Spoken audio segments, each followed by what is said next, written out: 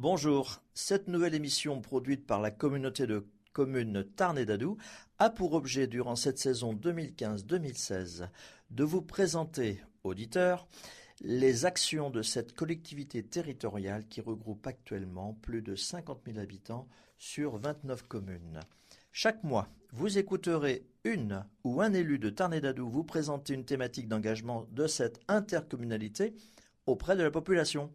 Et le sujet du mois sera décliné en 3 émissions hebdomadaires de 10 minutes que vous écouterez le même jour, à cette même heure, sur les 3 premières semaines. Et puis, vous pourrez écouter l'ensemble des 3 séquences diffusées la 4e semaine. Et pour ce mois d'octobre, Tarn et Dadou souhaite vous présenter la transition énergétique, vue et vécue à la fois par les élus de la communauté de communes, mais aussi par les entreprises et les particuliers sur ce territoire. Les divers thèmes de cette émission du mois sur la transition énergétique seront développés par Marie-France Montméjat, maire de Busque, membre du bureau de Tarn et Dadou et déléguée communautaire au plan climat. Bonjour.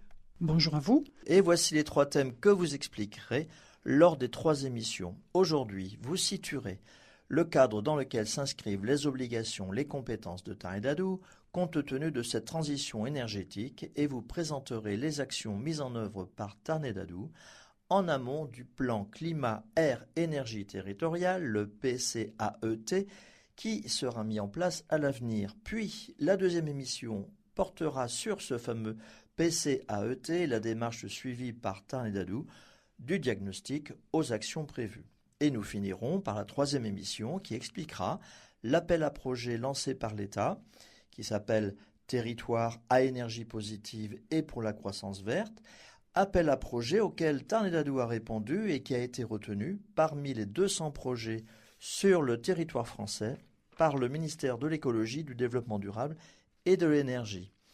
Pour la première émission, nous allons donc parler maintenant du cadre qui a été suivi, structuré par Tarn et Dadou, à la fois pour les obligations, les compétences, et puis aussi pourquoi Tarn et Dadou s'est engagé sur la transition énergétique. Et puis nous parlerons aussi en fin d'émission des actions de Tarn et Dadou en amont du plan climat, air, énergie sur le territoire. Et puis on verra aussi le cadre de cette démarche dans la logique globale de la politique énergétique. Alors commençons sur la situation actuelle de Tarn et Dadou à propos de cette transition énergétique. Et en fait, c'est pas d'ici que ça démarre très très loin. Non, ça démarre à l'origine, nous pouvons le citer, le protocole de Kyoto, qui lui est mondial. Il a été suivi par une transcription de ce protocole au niveau européen, ce qui a ensuite conduit à la mise en place d'une législation au niveau national, puis à la définition d'orientation stratégique destinée plus particulièrement au territoire, en l'occurrence à Tarn et Dadou. Alors quand vous dites territoire, justement, Tarn et Dadou est une collectivité territoriale, communauté de communes. Il y a d'autres territoires, un département, une région, mais il y a des spécificités pour les communautés de communes, ce qu'on appelle les obligations ou les compétences. Oui, il y avait une obligation, étant donné réglementaire, qui est relative aux intercommunalités, de plus de 50 000 habitants. C'est-à-dire, maintenant, passant ce stade, le Tarn et Dadou, en tant que communauté de communes, a eu l'obligation de se pencher très sérieusement sur le problème et a choisi de s'engager et d'élaborer le plan climat-énergie. Et avant d'en parler, puisque ce sera l'objet de la seconde émission, comment Tarn et Dadou a décliné concrètement dans ses services la réflexion et l'action à propos de cette transition énergétique. Il y a un service qui de fait a été créé, qui est dirigé par Sandrine Trinquier, qui s'occupe de tout ce qui est développement durable et énergie. Et il y a ensuite le recrutement d'un chargé de mission, Rodolphe Guénaud, qui lui est en charge plus particulièrement du plan climat-énergie, de son élaboration, à l'origine de son élaboration, jusqu'à sa mise en œuvre et au suivi complet. Alors bien sûr, sous l'autorité des élus de fait, que vous êtes et que d'autres sont, bien sûr. Si on peut aller au-delà, la compétence, elle s'appelle comment cette compétence au niveau de Tarn et Dadou? Est-ce qu'il y a une terminologie pour ça? C'est une compétence plan climat-énergie territoriale. Pour être concret, il y a déjà eu des actions et vraiment des réalisations menées par Tarn et Dadou avant que ce fameux plan climat, air, énergie territoriale se mette en place. Oui, mais c'est un choix politique qui a été émis par les élus de TED, d'ouvrir ce plan climat-énergie à tous les acteurs du territoire. Et fort de l'expérience, c'est effectivement déjà démontré, dans le cadre du développement durable, de nombreuses réalisations ont été effectuées en amont. Par exemple, je citerai l'essor maraîcher, la création de l'essor maraîcher. C'est quoi l'essor maraîcher ? L'essor maraîcher, c'est une association qui permet aux jeunes agriculteurs de se former et de bien s'informer sur le maraîchage bio. Et après, nous les aidons, à s'installer et nous les guidons dans les installations d'une petite entreprise maraîchère.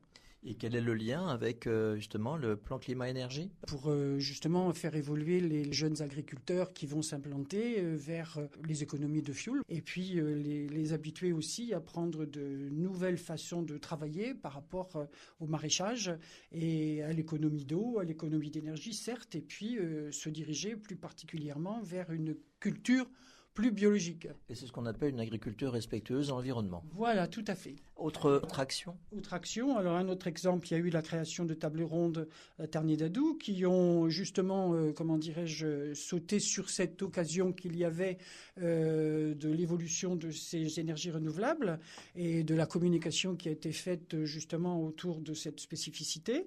Et ensuite, il y a eu l'économie circulaire qui pourrait concerner aussi les sorts maraîchers. Oui, économie circulaire, ça veut dire quoi aussi ? Ça veut dire on produit, on fabrique, on produit et on réutilise. On essaye de réduire les circuits justement de livraison, les circuits de fabrication et on essaye de faire en sorte de faire travailler surtout les producteurs locaux. En fait, c'est ça quoi. En tout cas, j'ai bien compris aussi, en général, c'est éviter les pertes donc, de consommation d'énergie à travers les différents cycles de la production à la consommation et de reproduction à partir de déchets de consommation. Tout à fait. Il y a eu également la construction de la crèche de la Rose des Vents, qui est un bâtiment à basse consommation, construit avec des matériaux écologiques. Et puis il y a eu aussi, puisque c'est d'actualité, la mise en œuvre de projets de la salle multisport intercommunale sur l'île sur Tarn. C'est un équipement dont le territoire peut être fier. Et il est en fait un des premiers bâtiments à énergie positive sur Midi-Pyrénées. Donc ce sont toutes ces réalisations qu'on a faites en amont, dans le passé on va dire, presque le passé récent, puisque 15 jours que l'inauguration a eu lieu pour la salle multisport de l'île-sur-Tarn. Pour finir, prenons l'exemple de la Rose des Vents. Qu'est-ce qui fait que c'est un bâtiment écologique ? C'est un bâtiment qui a été construit avec des matériaux écologiques, essentiellement du bois et de la brique, de la terre. L'objectif c'était quoi ? L'objectif, c'est de créer une nouvelle crèche et autant que faire se peut, profiter justement de la période qui était favorable à la construction de ces types de bâtiments, en faire un bâtiment complètement innovant et qui va tout à fait dans le sens de la transition énergétique et la réduction des coûts d'énergie. Bien, écoutez, pour cette émission, je crois qu'on a tout dit très rapidement peut-être. Il faudrait sûrement creuser. Mais on creusera la prochaine émission en voyant ce qu'on appelle le fameux plan climat-air-énergie territorial qui sera mis en œuvre prochainement. Mais avant, on verra comment, quelle genèse, quelle démarche a suivi Tarn-et-Dadou pour le mettre en place. Merci Marie-France Montméja et à la semaine prochaine. Merci à vous, à la semaine prochaine. Tout de suite, les rendez-vous de Tarn-et-Dadou, les actions et projets de votre communauté de communes au cœur de votre vie. Bonjour, nous nous retrouvons pour cette deuxième émission. Rappelez-vous, nous avons parlé du cadre général de la transition énergétique, du plan mondial au plan local, sur la communauté de Tarn-et-Dadou, avec Marie-France Montméja, maire de Busque, membre du bureau de Tarn-et-Dadou et déléguée communautaire au plan climat, qui est de nouveau au studio. Bonjour. Bonjour à tous. Et nous allons parler cette fois-ci du plan climat air énergie territorial, le PCAET. Maintenant, nous l'appellerons plan climat durant cette émission, voire la troisième. Et durant cette émission, nous allons parler de la genèse de ce plan climat, le diagnostic qui a été réalisé, les propositions ensuite qui sont venues à la fois par Tarn-et-Dadou, mais via aussi des partenaires, et les axes d'intervention. Et nous reviendrons aussi sur des réalisations déjà mises en œuvre par Tarn-et-Dadou sur son territoire. Marie-France Montméja, alors comment a-t-il été élaboré ? On va essayer d'être le plus clair possible pour que tous vos auditeurs comprennent bien. Il a été élaboré en 2 étapes majeures. Tout d'abord, il y a eu un diagnostic. Un diagnostic qui a été reconnu de qualité selon les mots de l'Adréal. Direction régionale de l'environnement, de l'aménagement et du logement. Donc il y a un diagnostic qui a été réalisé et il y a un cabinet d'études qui a été sollicité. Il y a un chargé de mission, Rodolphe Guénon, qui est chargé de ce plan climat tout particulièrement, de sa mise en œuvre, aussi bien de son élaboration. Il y a eu ensuite ce que nous appelons les cafés Barata. Le diagnostic a été fait en amont. Le diagnostic s'est appuyé sur les besoins énergétiques du territoire, les diagnostics externes. Et donc, ce diagnostic donne lieu déjà à des situations qui ont été exprimées concrètement, alors je ne sais pas, par des thématiques. Quelles sont les conclusions, en fait, de ce diagnostic ?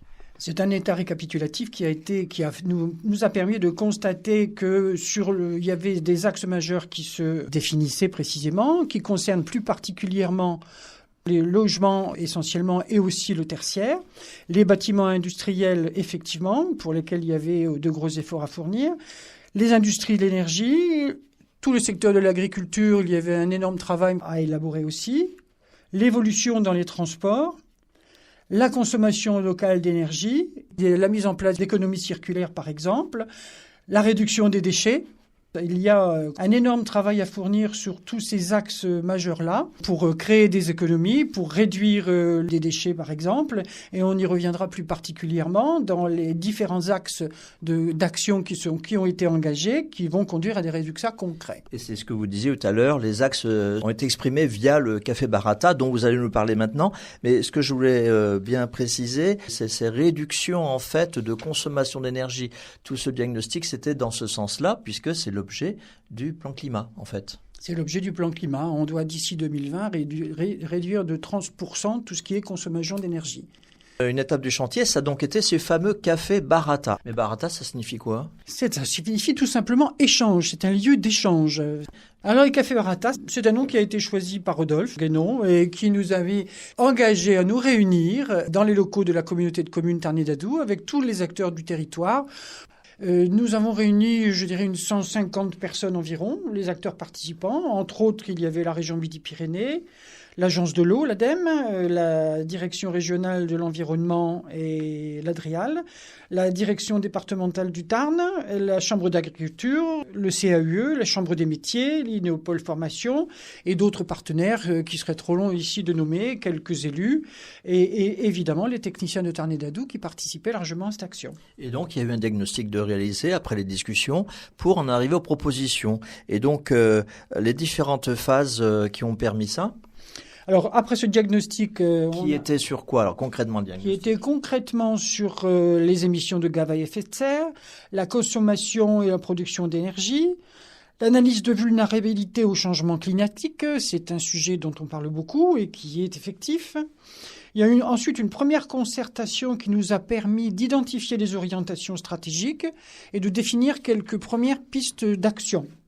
Il y a eu ensuite une deuxième concertation qui nous a permis de réanalyser les actions et d'affiner afin d'obtenir quelques actions qui ont été retenues. Et donc, on va passer maintenant aux 8 axes qui intégreront ce plan climat.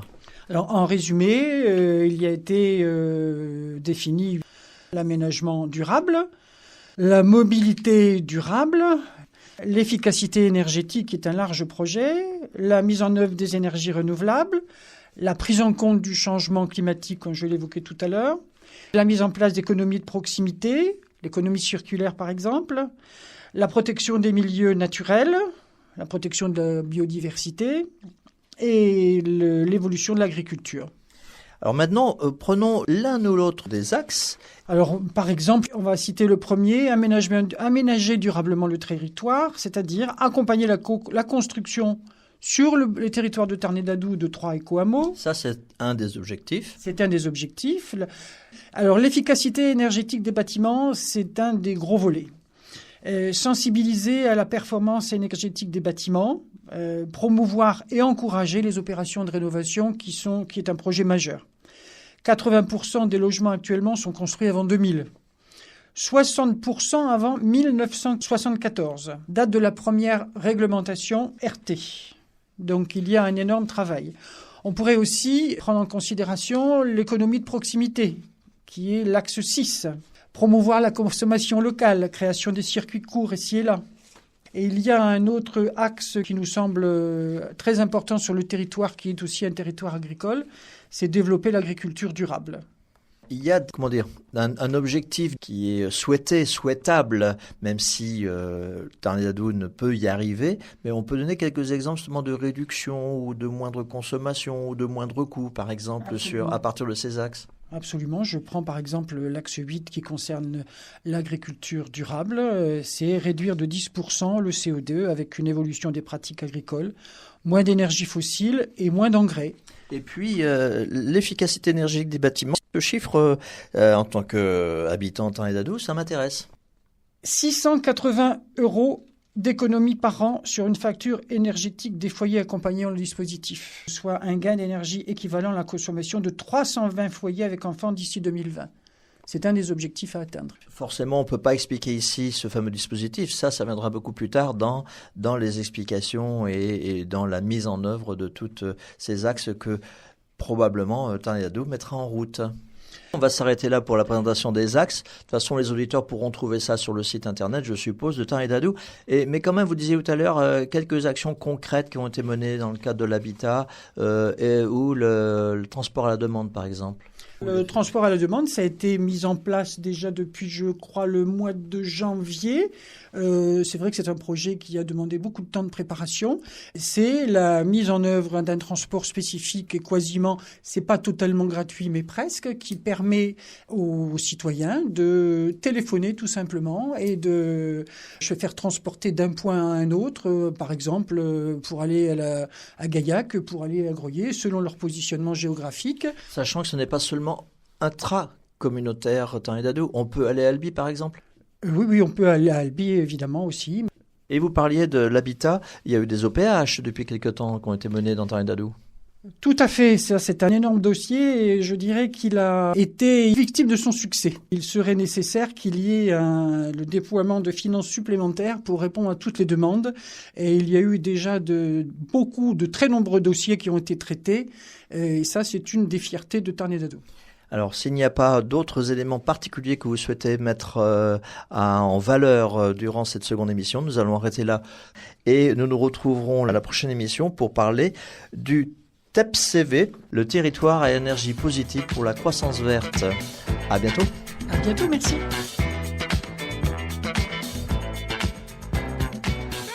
Bonjour, nous nous retrouvons pour la troisième et dernière émission avec la communauté Tarn-et-Gadoue pour présenter l'action déjà menée, les actions déjà menées, les réflexions et aussi les projets liés à la transition énergétique. Nous avons vu dans un premier temps ce que c'était que la transition énergétique en général. Dans une seconde émission, nous avons vu ce qu'on appelait le plan climat.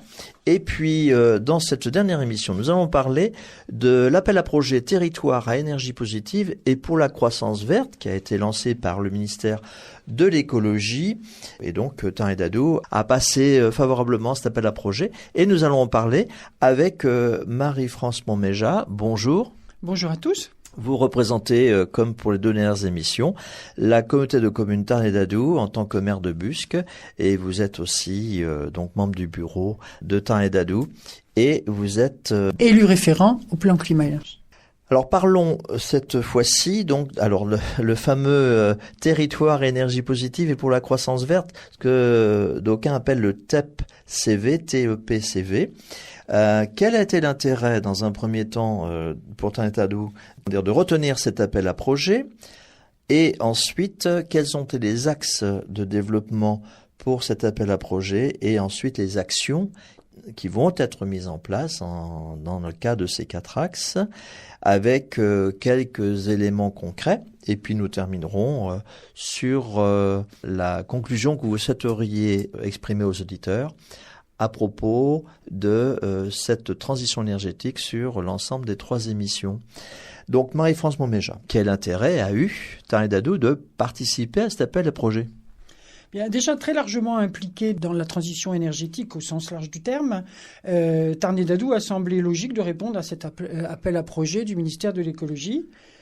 Et comment ça s'est passé cet appel à projet ? Quand est-ce qu'il a été posé par exemple par le ministère de l'écologie ? Il a été posé en automne 2014 et le ministère de l'écologie désirait solliciter des territoires déjà largement impliqués dans tout ce qui était transition énergétique. Et quand vous dites territoire, c'est quels que soient les territoires. C'est-à-dire, là, c'est une communauté de communes, mais ça peut être une région, un département ? Absolument, c'est un appel à projet qui a été lancé au niveau national. Nous avons répondu en tant que communauté de communes. Mais est-ce que ça correspondait entre l'appel à projet et ce que vous souhaitiez faire par la suite ? Oui, ça s'inscrivait totalement dans la continuité de ce qui avait déjà été engagé auparavant. Et dans le cadre de ce label territoire à énergie positive, la communauté de communes a décliné un plan d'action autour des 4 axes que je vais vous expliquer. Et si vous en parlez, je me doute que vous avez été retenu. Nous avons été effectivement retenus et je pourrais même préciser que nous avons été le premier territoire de la région Midi-Pyrénées à être labellisé TEPCV. Il y avait combien de projets en tout qui ont été retenus ? Ça a été lancé, l'appel à projet, pour labelliser 200 entités environ. Territoire à énergie positive pour la croissance verte. Porteur d'un projet cohérent et ambitieux pour l'intercommunalité, Tarn-et-Gadoue, comme territoire TEPCV, a été retenu en février 2015. Est-ce qu'il n'y avait pas une obligation par le ministère de l'écologie pour participer à cet appel à projet ? Non, il fallait déjà, comme je vous le disais tout à l'heure, il fallait déjà être engagé dans une démarche de développement durable et très impliqué largement dans la transition énergétique du territoire. Et c'est un projet qui nous permet, il faut quand même le signaler parce que c'est très important, de bénéficier d'une enveloppe de 500 000 € pour la mise en œuvre de son plan d'action. Et vous parliez des 4 axes tout à l'heure, donc déclinons les 4 axes. Dans un premier temps, quels sont les titres génériques de ces 4 axes, puis nous reviendrons ensuite dans les opérations possibles. D'accord. Alors il s'agit du premier axe, on pourrait citer l'exemplarité des collectivités en matière d'efficacité énergétique, rénovation énergétique des logements, qui est un très très gros dossier, développement des énergies renouvelables, et le 4e, toutes les actions en faveur de la mobilité sur le territoire. Alors parlons d'exemplarité des collectivités en matière d'efficacité énergétique. Qu'est-ce qu'on va y trouver ? Qu'est-ce que les collectivités vont y trouver et éventuellement le public aussi ? Très concrètement, il y aura la création d'un fonds de concours, c'est-à-dire une subvention qui sera dédiée aux communes pour la rénovation du patrimoine bâti, une mairie, une école, une salle communale, et aussi de l'éclairage public. Réalisation d'une étude thermique mutualisée. Concrètement, c'est un camion qui est équipé d'une caméra tout à fait spécifique qui permet d'identifier à son passage les déperditions d'énergie. Mais c'est pour le patrimoine bâti public ou c'est pour les habitants aussi ? C'est pour les habitants aussi. 3 zones qui ont été définies sur le territoire de Tarn-et-Gadoue qui vont bénéficier justement de cette thermographie au sol assistée par véhicule. C'est probablement Gaillac, c'est probablement Greuillé et probablement une autre, mais à ce jour, ils n'ont pas été définis avec précision. Parlons maintenant du 2e axe, rénovation énergétique des logements. Ça va toucher particulièrement aussi les éco-chèques distribués par la région Midi-Pyrénées. Ça va permettre aux habitants de bénéficier en plus d'une aide supplémentaire venant de Tarn-et-Gadoue. Ça veut dire qu'il y a à destination des publics modestes, en plus des 1 500 € qu'apportera la région sous forme d'éco-chèques, il y aura la possibilité de rajouter 1 500 € qui sera abondé par Tarn-et-Gadoue et ce sera couplé avec le dispositif de l'accompagnement à la rénovation qui sera engagée sur 2016. Et ça, vous l'avez dit, c'est pour les familles à revenus modestes. Tout à fait. 3e axe, développement des énergies renouvelables. Alors, il va y avoir une étude sur le potentiel de développement sur les territoires intercommunaux. À ce jour, il est difficile d'identifier ce que nous pouvons faire et comment nous pouvons le faire, avec qui nous pouvons le faire. Donc, il va y avoir une étude qui va être rapidement lancée pour voir ce qu'il y est effectivement judicieux de mettre en œuvre. À propos d'énergie renouvelable, vous avez une orientation à Tarn-et-Gadoue sur un type d'énergie renouvelable ? C'est plus particulièrement sur les panneaux photovoltaïques, l'énergie solaire, beaucoup moins sur les éoliennes. Pour finir, la 4e action, en faveur de la mobilité sur le territoire. Il va y avoir une étude des comportements et des besoins de mobilité sur la population. Il y a déjà eu, comme on l'avait évoqué, la mise en place du transport à la demande. Il va y avoir la mise en place d'une formation à l'éco-conduite pour les salariés de Tarn-et-Gadoue. Et peut-être d'autres actions seront mises en œuvre ensuite si nous en constatons la nécessité. C'est vrai qu'on est en transition, puisque actuellement c'est transition d'information, transition de choix d'action, transition d'actions concrètes sur le terrain, selon les financements possibles, à la fois par vous, par la région, par l'État, par l'Europe éventuellement. Et donc on peut pas aller trop loin en fait. C'est la situation actuelle que vous expliquez, sachant que vous allez l'exprimer tout à l'heure, le public a accès aussi à une information, mais auparavant sur la thématique du territoire énergie positive et pour la croissance verte, vous souhaitiez conclure. Oui, tout à fait. Ce label nous a permis un soutien financier de l'État. La mise en place de ces plans d'action au sein de Tarn-et-Gadoue, qui traduit la reconnaissance des choix et des efforts réalisés par l'intercommunalité pour être surtout parmi les pionniers de la transition énergétique en région. C'est vrai que c'est un énorme travail que nous avons à mettre en œuvre pour obtenir les résultats attendus. Ce succès pour Tarn-et-Gadoue prouve la force d'une intercommunalité de plus de 56 000 habitants et sa capacité à concrétiser des dossiers majeurs pour l'avenir du territoire et de ses habitants. Alors ça, c'est la conclusion pour la thématique de cette troisième émission sur le territoire énergie positive et la croissance verte. Et vous souhaitiez aussi faire une conclusion concernant ces 3 émissions qui étaient, je le rappelle, dédiées à la transition énergétique. Donc, qu'est-ce que vous souhaitez dire aux auditeurs, voire à d'autres personnes ? Tout simplement, ils ont dû se rendre compte par ces 3 émissions que c'était un projet qui était important pour la communauté de communes, important pour les habitants, pour les administrés de la communauté de communes, et qui demandera pour son application et l'atteinte des résultats escomptés, l'engagement de tous et de chacun, que ce soit les élus, que ce soit les administrés du territoire. Et il n'y a qu'ensemble que nous réussirons à obtenir un résultat concret. Et pour ce qui concerne les auditeurs qui nous écoutent, est-ce qu'il est possible d'aller chercher les informations, même si tout n'est pas encore très défini ?